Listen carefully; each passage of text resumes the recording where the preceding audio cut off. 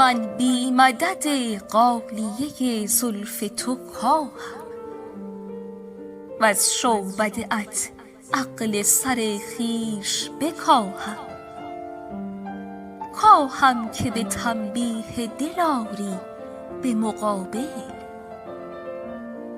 آن چشم پر از معجزه هرگاه نگاهم.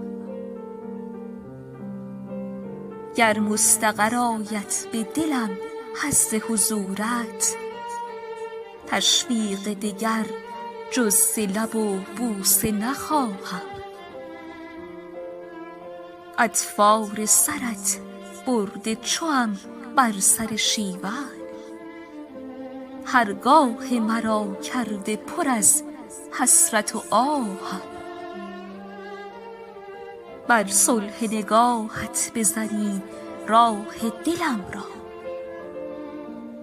آشوب کشانی به دل کرده تباهم.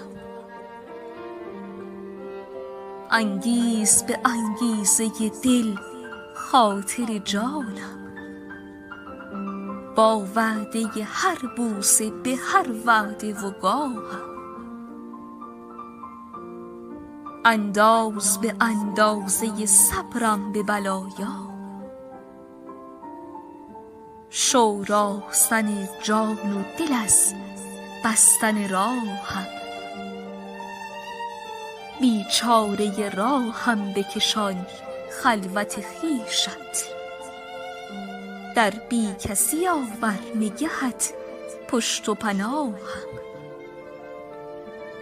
گاهی که نگاه آوریم طالب خود کن با کفر سر زلف برآورده گناهم.